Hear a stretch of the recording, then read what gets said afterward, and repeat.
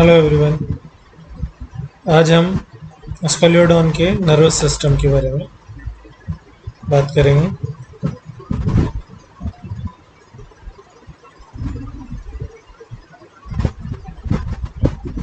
ये स्लाइड स्केलियोडॉन के ब्रेन और उसकी कैविटीज को बताती है।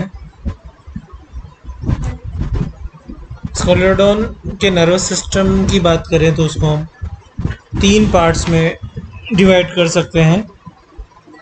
Central nervous system which includes brain and spinal cord. Second, peripheral nervous system which includes cranial and spinal nerves. And third is autonomic nervous system. So these are the three parts: central nervous system, peripheral nervous system and autonomic nervous system. First we will discuss about the central nervous system, which includes brain and spinal cord. Here is the diagrams of brain and its cavities. First of all, here we can see that brain has three parts: forebrain, midbrain and hindbrain. Here you can see this three parts: forebrain, the upper part of the brain, this one, then midbrain, this one, which includes optic lobes,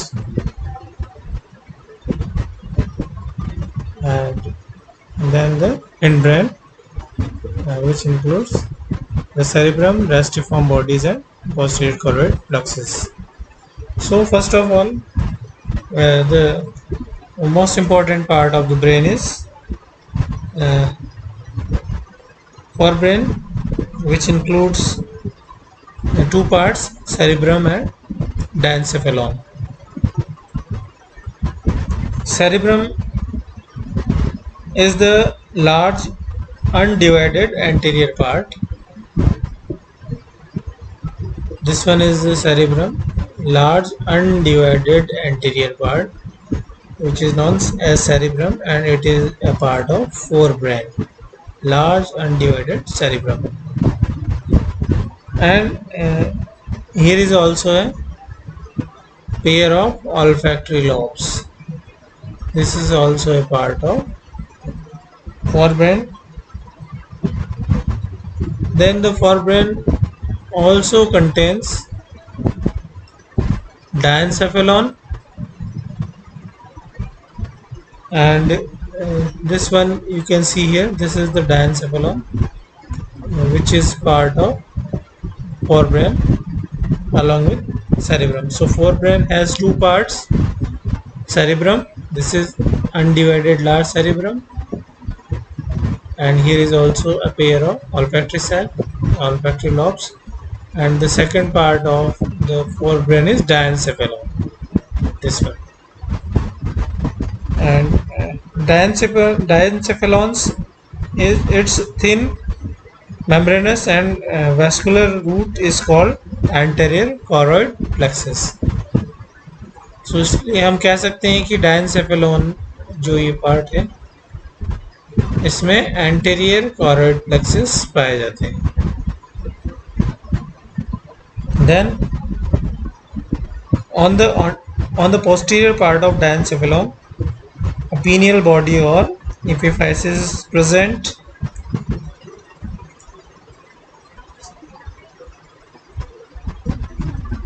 Pineal body or epiphysis, you can see here, pineal stalk. Then near its anterior margin, optic chiasma is formed by the crossing of the two optic nerves.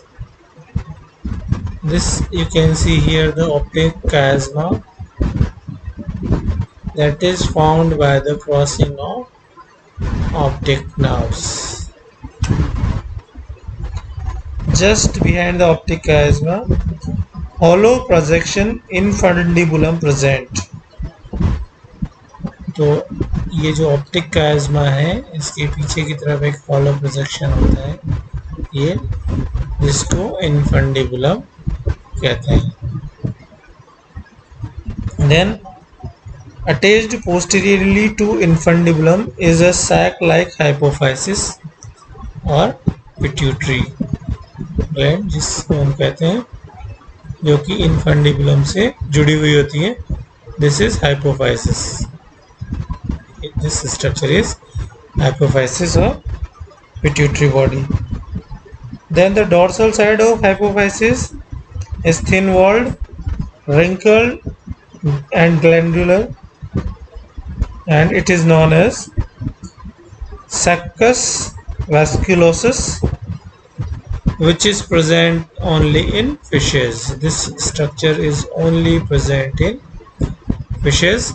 Saccus vasculosus, which is a dorsal side of hypophysis, and it is thin-walled, wrinkled, and glandular. So this is the diencephalon, important structure, which includes pineal stalk, hypophysis, infundibulum, and saccus vasculosus, and lots of important structures such as optic chiasma. So this is the forebrain, cerebrum, and diencephalon. Next, the midbrain includes optic lobes, which are 2 in number. So it is also known as Carpora bigemina due to the presence of 2 optic lobes. One is here and another is here. 2 optic lobes are optic lobes which forms Carpora bigemina, and these are the centers for sight and hearing. Then the hindbrain, this last portion, which includes 2 parts, cerebellum, and the next one is medulla oblongata. And the main function of the hindbrain is control of swimming movements. The medulla oblongata bears on either side a hollow outgrowth which is called restiform body, and these are the restiform bodies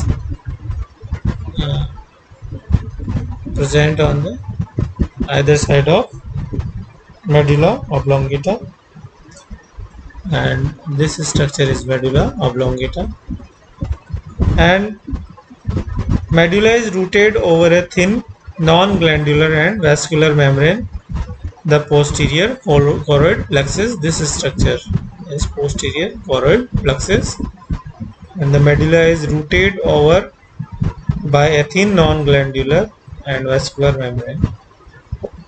So this is posterior choroid plexus present in medulla oblongata, and anterior choroid plexus is present in diencephalon.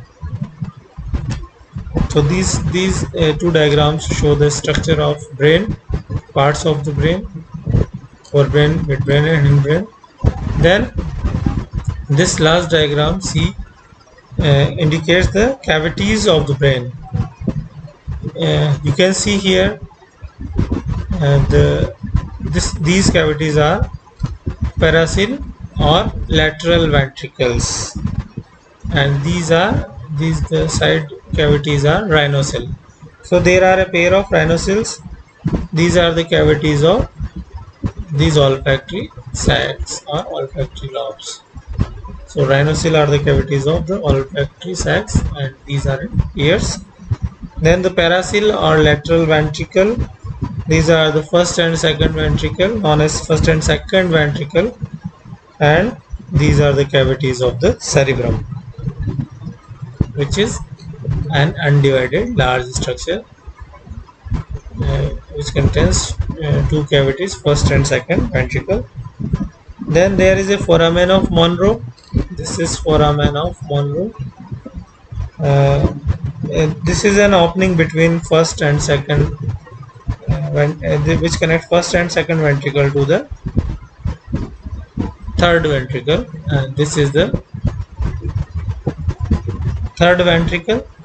We can see here diastole. This is the third ventricle, and these are first and second. So the foramen of Monro connects first and second ventricle with the third ventricle, that is diastole. So diastole is the cavity of diencephalon, whereas the parastole are the cavities of cerebrum, and both these are part of forebrain. Then there is an iter of aqueduct of Sylvius. iter भी बोल सकते हैं या aqueduct of Sylvius भी बोल सकते हैं, which connects third and fourth ventricle along with epicele and optocele. This is optocele and this is epicele. So this iter or aqueduct of Sylvius connect the third ventricle, this one, with optocele, epicele, and the fourth ventricle, that is metacele. This one, the cavity of medulla. This is fourth ventricle. So third is connected to fourth and also to epicele and optocele through iter or aqueduct of Sylvius. Then this is the structure of brain and its cavities. Then this slide shows the various types of cranial nerves present in Scoliodon, and there are 10 types of cranial nerves present here. The first cranial nerve, that is olfactory of olfactory sac and known as olfactory nerve. So this is the first nerve, olfactory nerve, and prior to olfactory nerve there is an terminal or pre-olfactory nerve is also, that is numbered as 0, pre-olfactory, and the olfactory nerve is the first nerve. Then the second cranial nerve, that is optic nerve. Third cranial nerve is oculomotor nerve. Next, these oculomotor nerves control the movement of eyeball, iris and lens. Whereas this second optic nerve is, you can understand that it is related to sight, and olfactory nerve, that is first nerve, that is related to smell. Next, after the third one, the fourth cranial nerve is trochlear nerve, and the fourth trochlear nerve is also known as phatic nerve, and it is responsible for rotation of eyeball. Then the fifth, that is the largest cranial nerve, is known as trigeminal. Fifth cranial nerve is largest, and it is an trigeminal nerve,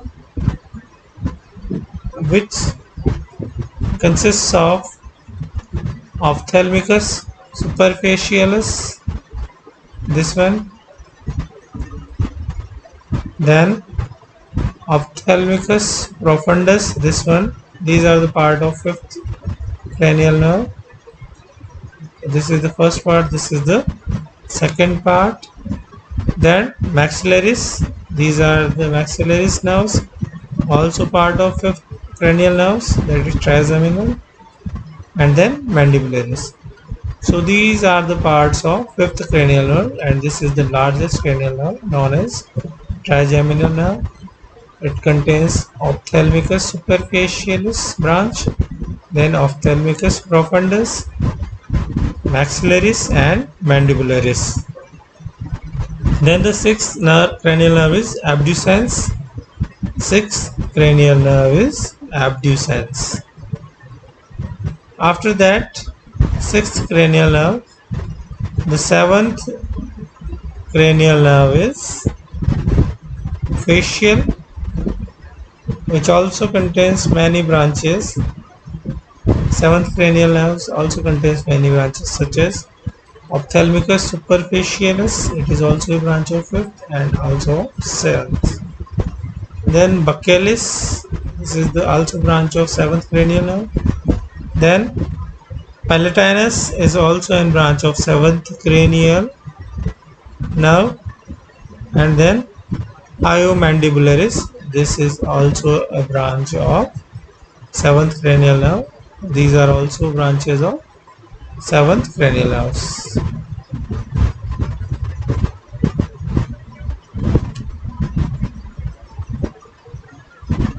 Next,